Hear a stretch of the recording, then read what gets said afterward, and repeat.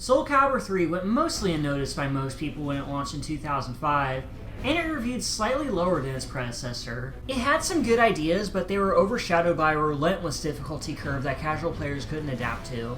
Fortunately, the brand wasn't damaged that badly, and Namco, now merged with Bandai to form Bandai Namco, felt it needed to change up a bit to acclimate to the new generation of consoles. The Xbox 360 and PlayStation 3 were groundbreaking machines with better processors and graphical capabilities, but it was tough for developers to grapple with these new beasts for the first few years of their life cycles, especially the PlayStation 3. So some extra time was taken, and 2.5 years after the last entry, Soul Calibur 4 launched exclusively on both of these consoles. Much like Soul Calibur 2 before it, depending on which version you got, you'd have instant access to one of two guest characters from the multimedia homunculus known as Star Wars. The PlayStation 3 had Darth Vader, while the 360 contained Yoda. Even Vader's Secret Apprentice Starkiller is unlockable in both versions. This was due to a deal made with Lucas Entertainment, who decided as a marketing campaign to advertise their new game, The Force Unleashed, they had their characters included in Soul Calibur, even if it made no sense in universe. It got a lot of people's attention and put the series back on the center stage as the go-to fighting game.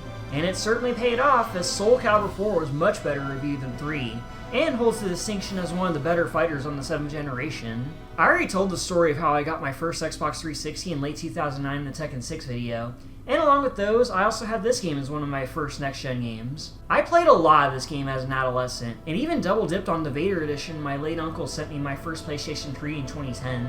I occasionally find myself popping this one in from time to time as a sort of comfort game, but doesn't hold up as a complete package. As per usual, let's begin with the plot. At the end of Soul Calibur 3, Siegfried faced off his demonic counterpart Nightmare. They used the legendary swords, Soul Calibur and Soul Edge, to do battle with each other until they regained their full power, and the clash caused a gigantic wave of energy that flung Nightmare and Soul Edge into a dimensional warp back to the castle of Strinesburg, and Siegfried's body was torn apart. However, the Spirit Sword brought him back from the brink, neither of their duties being completed yet. With a renewed sense of duty and determination, he once again heads to the Strinesburg Castle to bring an end to the cursed sword Soul Edge. And the corruption of the castle and the rising growth of Soul Edge's power attracts many warriors who seek it or its holy counterpart for their own reasons. If that wasn't bad enough, the loyal servant of the evil sword Tira manipulates a few warriors to aid their cause in harvesting souls. This includes Sophidia, whose daughter has her life tied to Soul Edge and fights to oppose them for the sake of protecting her family. Well, damn. Also, Zasalamel is still hanging around, though he found a new purpose in life after pulling multiple strings in the last game just so he could die. He wants to see humanity thrive and build towers that reside in the heavens. He basically wants to invest in real estate. He aims to bend both swords to his will after getting so close last time, but one man stands before him, the long-dead Hero King, whose spirit was awakened from the sword's clash. Many years ago, Algol was the one person in the world whose unbreakable force of will made him wield Soul Edge without the blade taking over his body. His conquering of the blade, along with everyone who stood against him, caused him to establish world peace with him as the king. But his son, jealous of his power, attempted to steal Soul Edge from him, but he was taken over immediately. Forced to kill his own son, Algol attempted to forge a new blade with the purpose of sealing away the evil one. But many failed attempts caused his spirit and ambition to drift endlessly in the void of astral chaos, while his followers worked to complete his design over the course of several hundred years. Thus is the origin of Soul Calibur.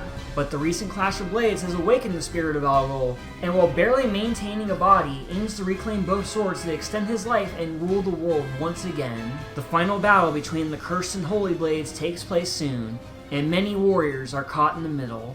And that's the setup for Soul Calibur 4. The cast isn't as large as it was last time, but all the relevant players from that game return with new designs and updated movesets. Only 2 relevant newcomers this time, including Algol, who I mentioned already. The other is the princess of the Wolf Crony Kingdom, Hilda. She seized command of the kingdom's army after her father, the king, went mad after the Evil Seed incident 4 years earlier. She desires more than anything the destruction of Soul Edge and to bring peace back to her homeland. She even tries to form an allegiance with Siegfried. Unfortunately, he's too closed off and single-minded to give a shit, so she's kind of on her own there. The guys from Star Wars don't contribute to the main plot much like the Soul Calibur 2 guests before them, but the Force works in mysterious ways. The clash between Soul Calibur and Soul Edge opened the rift between dimensions, and Darth Vader seeks to claim them to tighten his grip on the galaxy far, far away.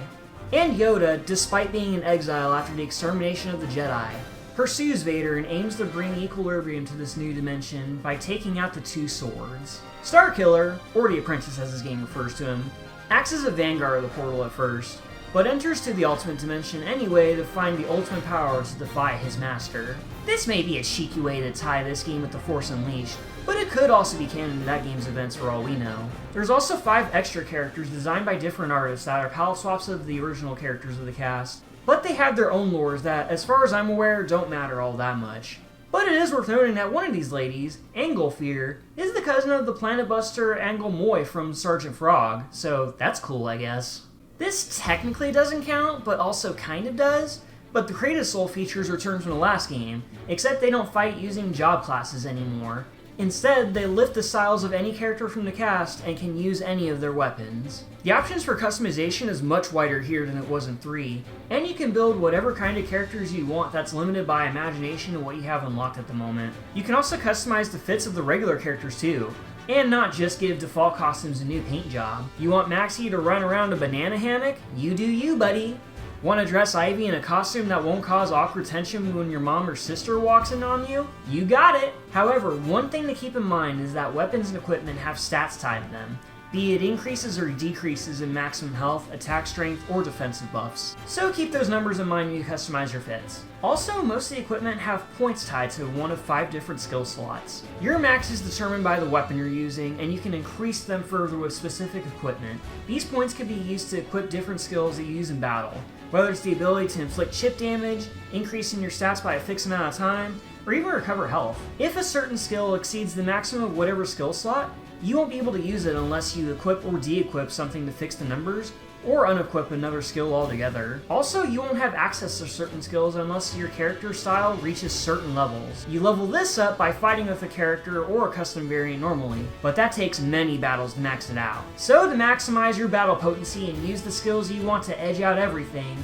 you gotta play the fuck out of this game until you have the means to do so. Oh right, I should talk about how you play this game. Soul Calibur 4 uses a modified version of the battle system used in the last 2 games, now running on the Havoc engine. You attack and defend like you always have, and some moves are mapped to different inputs than before, or have different properties. You now have a soul gauge, which increases when you attack, and decreases when you block attacks or perform impacts. You can break your opponent's guard for a second if you drain their soul meter enough and confirm a blocked attack. You don't really have a soul charge in this game, but in its place is the critical edge, which was an idea from all the way back in Soul Blade re-implemented in a new way. When you break your opponent's guard by draining their soul meter while yours is topped off, you can press all face buttons during the second they're open to initiate an instant kill move. They all vary between who you play as in terms of cinematic flair, but the result is always the same. If you land this move, you win the round no matter how much health the opponent has. Depending on how aggressive you are or how defensive your opponent is, landing a critical edge can be as rare as blue moons, but you're sure to pop off when it happens. Some of these supers are really cool, and others are just weird. Here we go! Come on! You like this kind of stuff? Ow! Speaking of guard breaking, there's an armor break mechanic introduced in this game. Hitting high, mid, or low attacks has a chance of breaking a corresponding armor piece, which carries over the rest of the match. For the default character costumes, the armor actually drops on the ground and you can see the battle damage. Though this new system being introduced in the game where Ivy and Sophia dressed like a slight breeze could cause a wardrobe malfunction, I feel like I may have to play this game alone at points. For the custom costumes, the combat feels just as satisfying as ever with its easy to pick up but hard to master system, and it feels much smoother to control than it did in Soul Calibur 3. Everyone in the cast is fun to play with for the most part, and are all diverse with how they approach battles. Even the Star Wars guys are fun to play with to an extent. Darth Vader may seem slow and clunky, but he's got some good buttons and satisfying combo potential. Starkiller is far more of a glass cannon with some sick moves, and Yoda is the cheapest fighting game character in the history of probably ever. This little shit is ridiculous with his incredibly short stature and his moves changing his altitude, which makes hitting him much more of a 50-50 than normal. Get good, will you? The special mechanic of all 3 of these characters have exclusively are force moves. Using these drains this meter and it refills over time. Using it all up leaves you vulnerable, so you have to pick and choose when to use these moves. Choose the force, if you will. That's clever. There aren't as many modes to play through in this game compared to the last 2, but there's still plenty to do to get your money's worth. The story mode is shorter and simpler than it was in the last game. There's no alternate routes, no QTEs, no alternate openings, no bullshit, no win scenarios. I'm salty, I'm sorry. Every campaign is 5 stages long, which is the shortest it's ever been in the series so far. But there's some stuff here that's not found anywhere else. There are pre-fight and outro quotes only found here, and give a bit more insight on the story at large. And some opponents are fought exclusively in specific character campaigns, like Siegfried's dead father, or Keelik's first love Shanglian. After the second stage, a big-ass tower forms away from the castle, and you fight one of the 5 special characters. It's a nothing fight no matter who it is, so let's move on. The 4th battle is inside the tower where multiple dudes fight you back to back, and is a tough endurance test in a claustrophobic circular hall. The final stage depends on who you're playing as. Most of the time, it's against Algol, who fights using both Soul Edge and Soul Calibur as extensions of himself.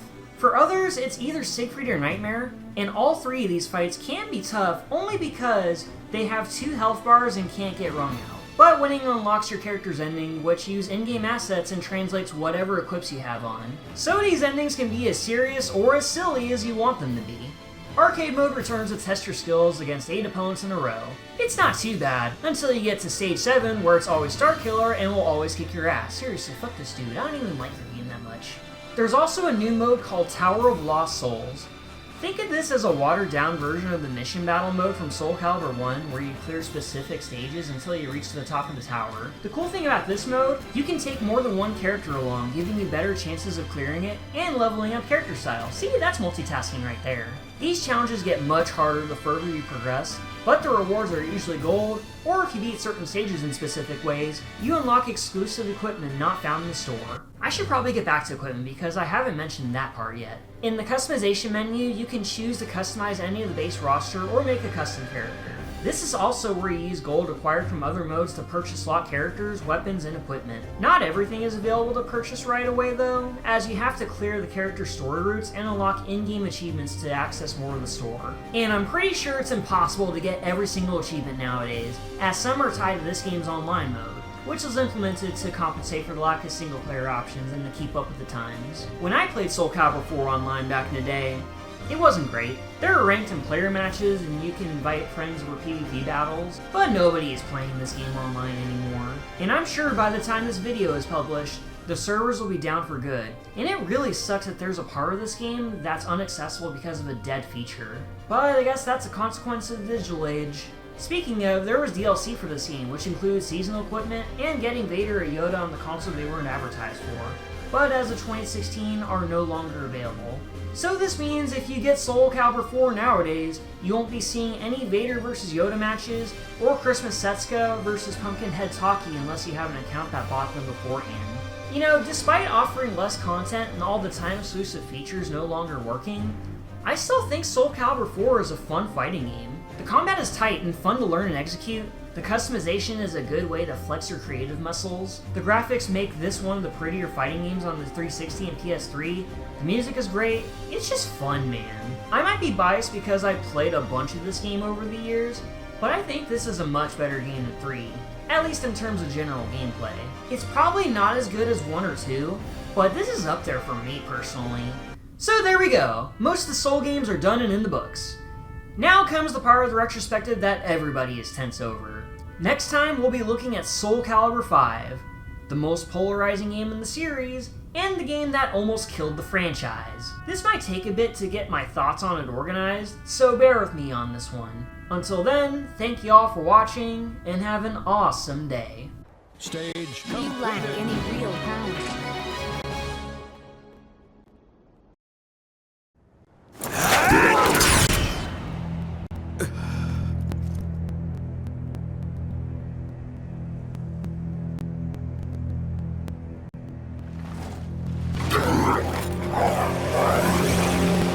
With this, it ends.